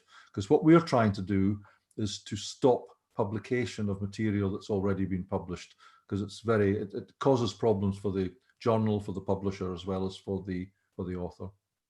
Thank you. Parveen, someone's got the hand up there. Mumtaz Hussain. Yeah. I'm just going to take your question in a minute. If I could just go through the chat box, and then I'll just come back to you. So I'm not ignoring you. So one question is, Midrullah, if one journal rejects our paper, can we submit to the same? Can we submit the same to another journal? Yes. That's a simple answer is yes. Make every rejection the beginning of the next submission. Just if you get rejected by one journal, decide where it's going next and keep going till it gets published.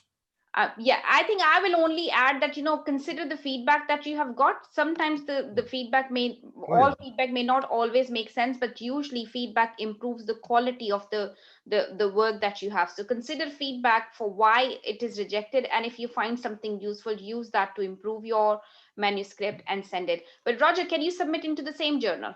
No, you shouldn't do that. I mean, it sometimes might not be detected, but you shouldn't do that. If a paper's rejected, you should just move on, because you'll be wasting your time. If it's found, you're just wasting your time. If the editor recognizes it's the same paper, in fact, the system we use picks up previous submissions, so similar submissions. So don't bother, just move on. And I would also say, while it's beyond the content of the present talk, but don't bother arguing about papers that are rejected by journals. Just move on, go on to another journal.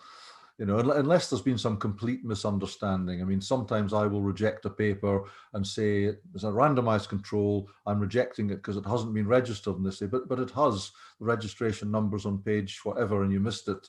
That's okay if there's a factual error, but don't do what somebody did the other day and tell me that they thought their study was very original and one of the best in the field and deserved publication. I said, I'm sure it is, but not in my journal. Okay, Thank you. Okay, just a But couple more may I questions. say something here? Yeah, please. It's another aspect. It's related to the use of feedback and all. Uh, I have come across some colleagues where they will say, I have done some work and I will submit it to the journal. So when the feedback comes, you know, when I submit it to 2-3 journals, it will help me to improve my paper. That is again unethical.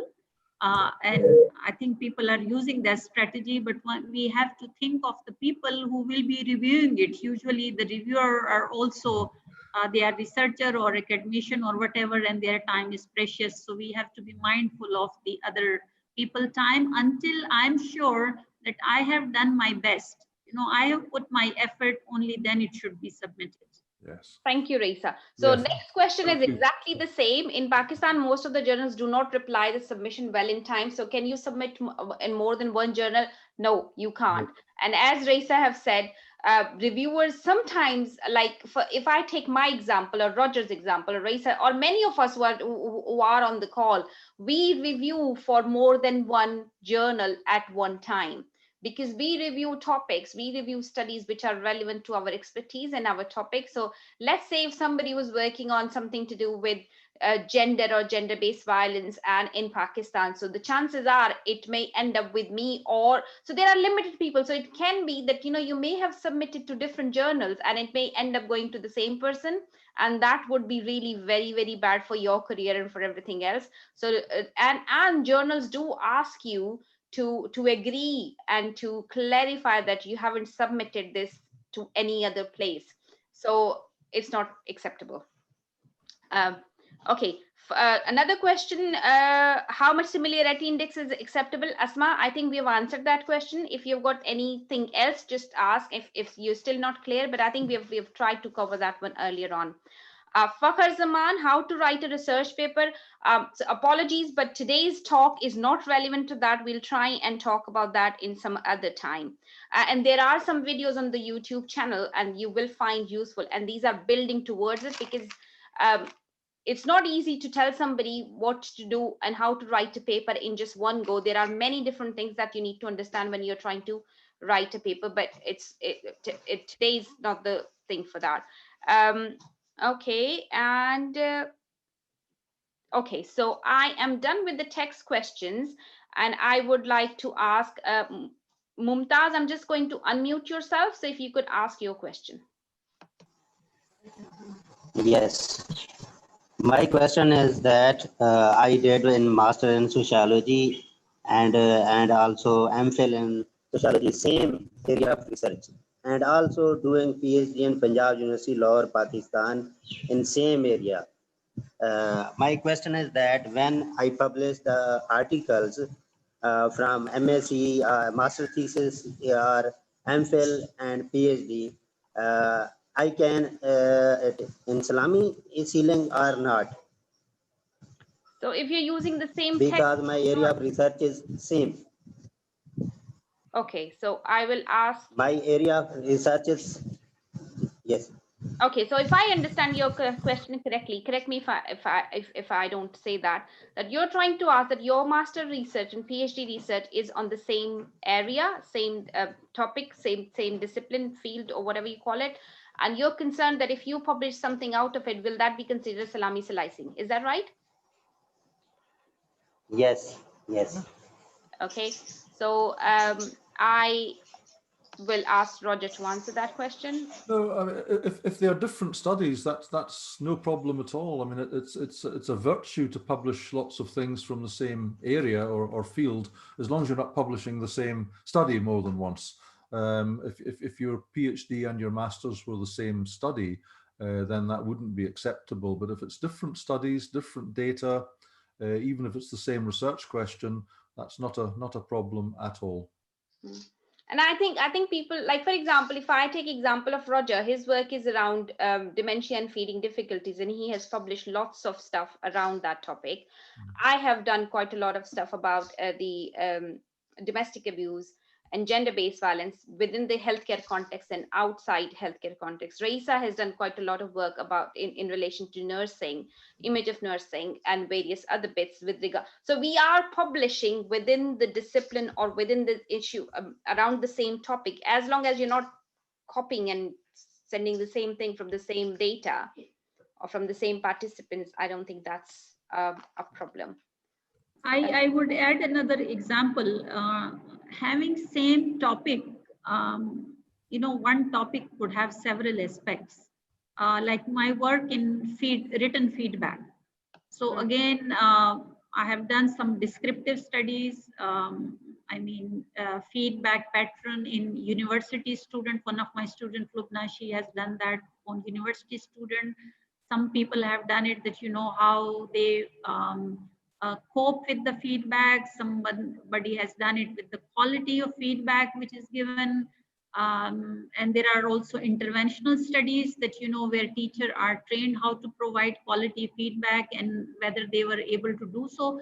So one topic could also have several aspects, and as Roger said, even if the question is same and the population is different, that is also okay.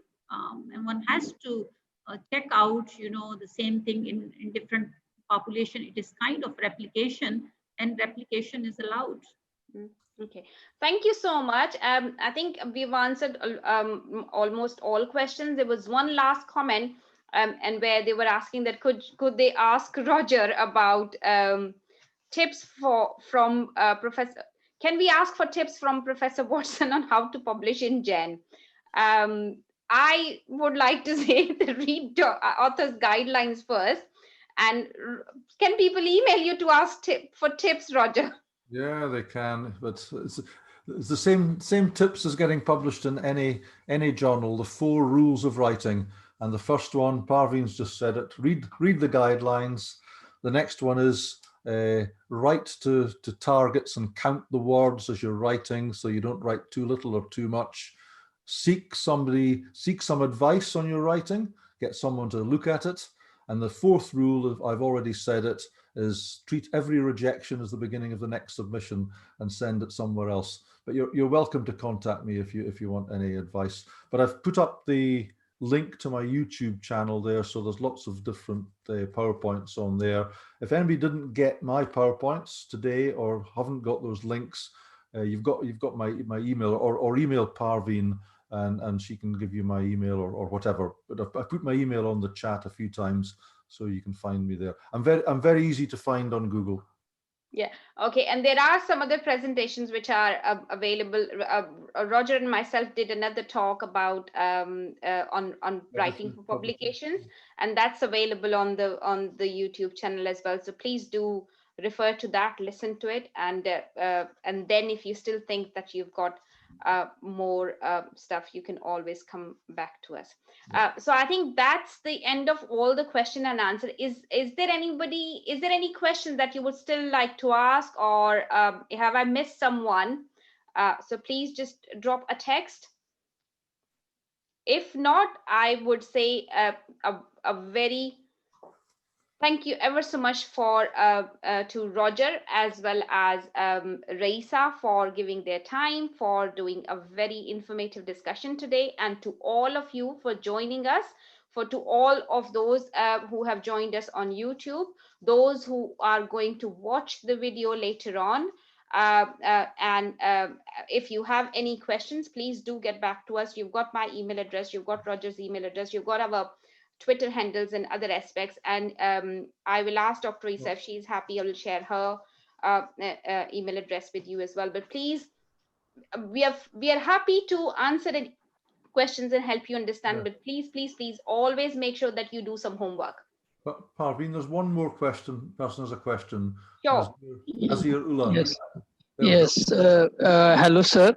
I'm still confused that how to remove the plagiarism. Whenever, for example, I'm going to write one of the paragraph, so the paragraph I want to convert in my own words.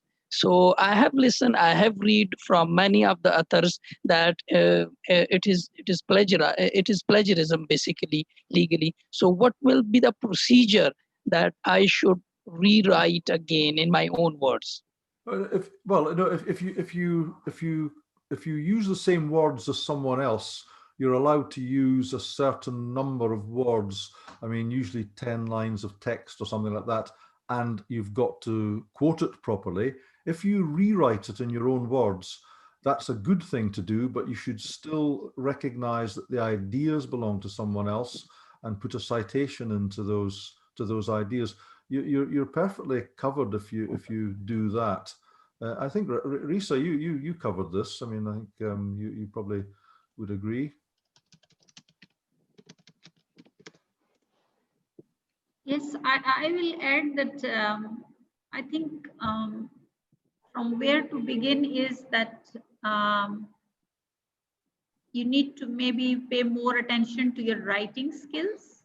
That is one thing. The other thing is that you don't have to rewrite, but if it is an idea, if you read something you have understood, then try to express it in your own words and then give reference to it for whose idea was that you are writing your impression.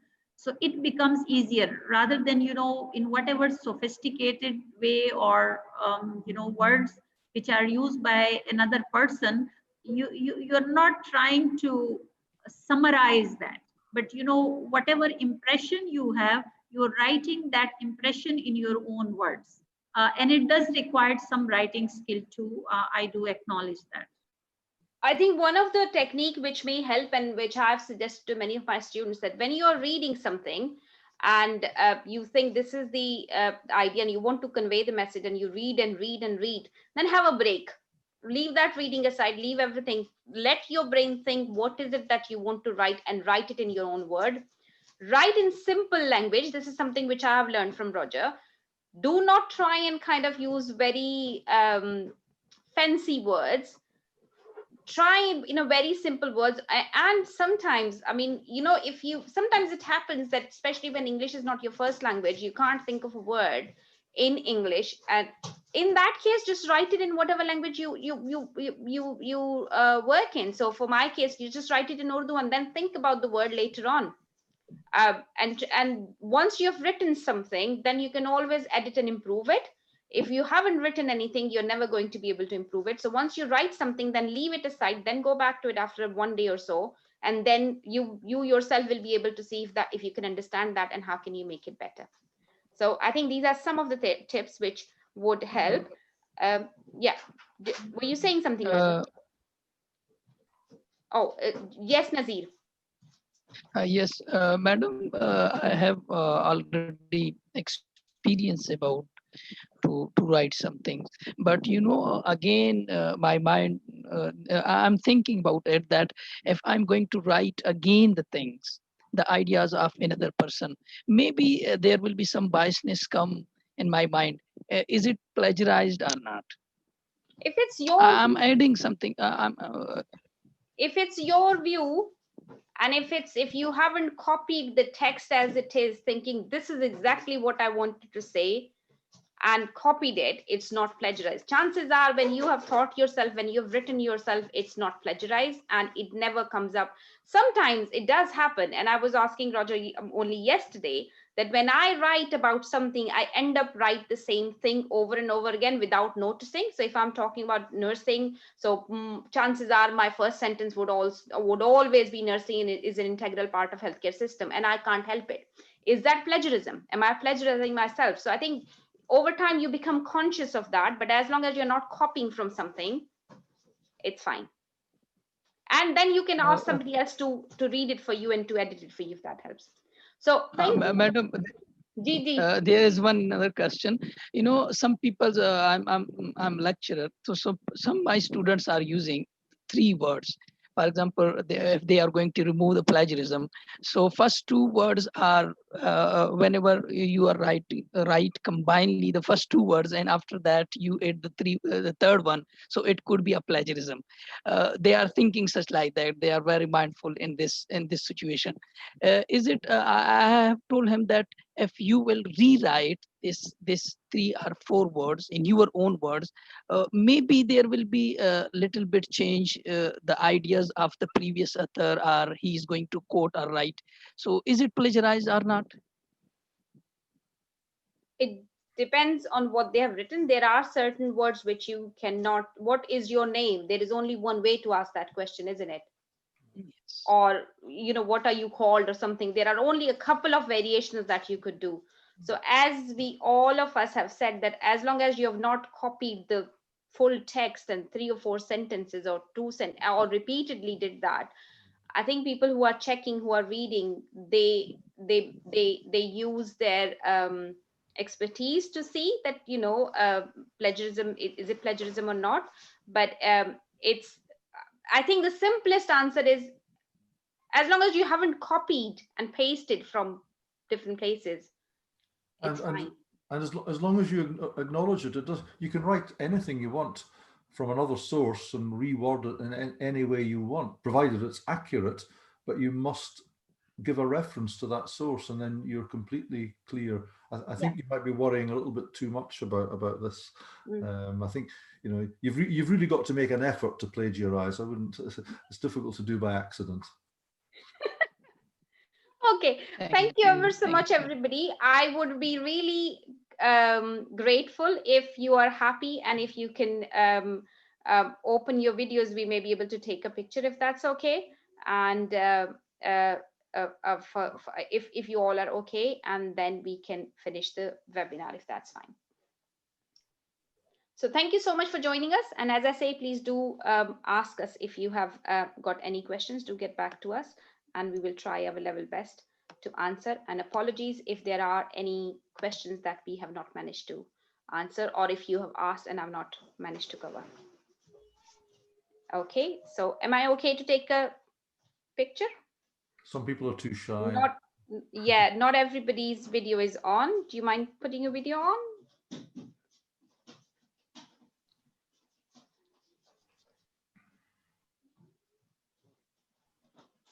Well, okay.